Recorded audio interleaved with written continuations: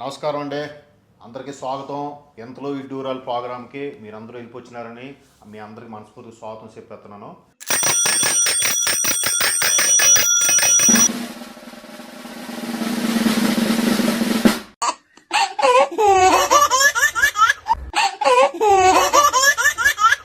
ఈ పొద్దు ఒక మంచి మ్యాటర్, మంచి విషయం మీకు చెప్తున్నాను.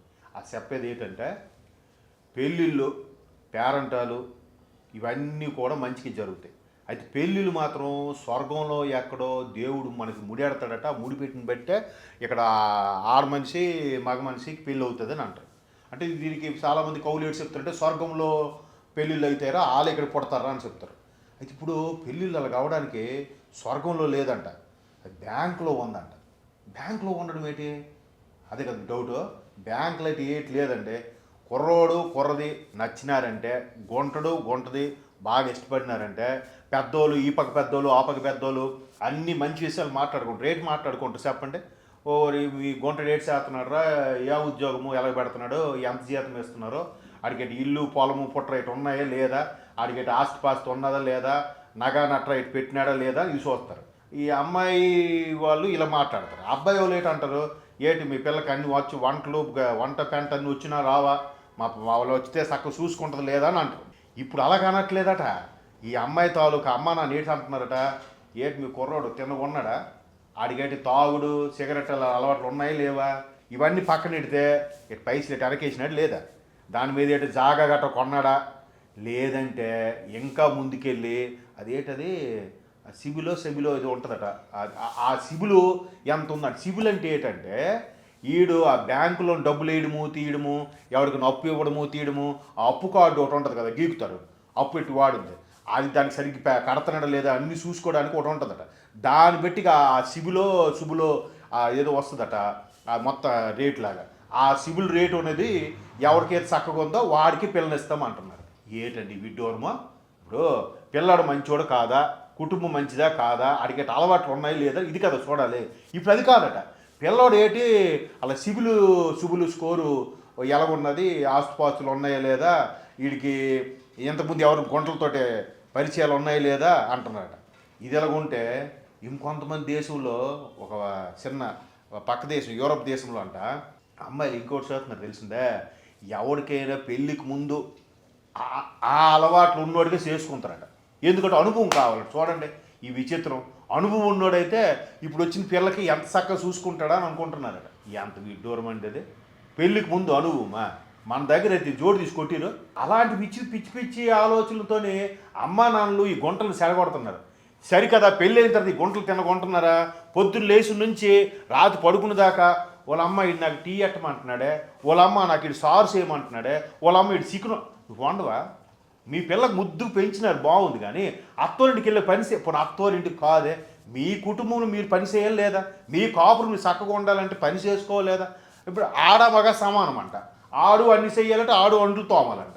ఇది ఎక్కడ లేక నాయన. అందుకని పెళ్ళిళ్ళన్నీ స్వర్గంలో కాదు, ఎక్కడ బ్యాంకుల్లోనా లేదంటే అదేదో పెళ్ళికి ముందేవో గడపడాల్లోనా నిర్ణయిస్తున్నారంట. ఇది ఇలా ఉంటే జపాన్లో ఒక పెళ్ళి ఏడు చేసింది తెలిసిన, దానికట ఒక సంవత్సరం కిందట పెళ్లి కుదిరిందట.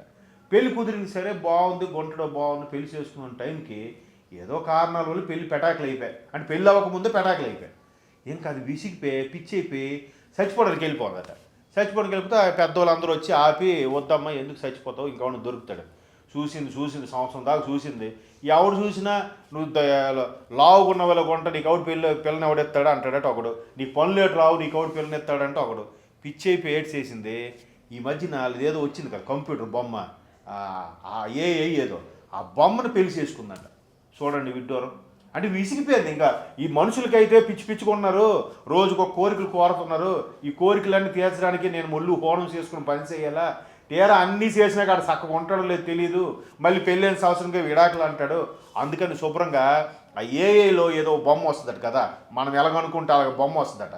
అలాగా ఆడి మొత్తం కళ్ళలో ఊహించుకొని ఒక మంచి కలర్ రాకుమాడిని ఆ ఫోన్లు పెట్టుకొని ఆడికి పెళ్ళి ఆడేసిందండి.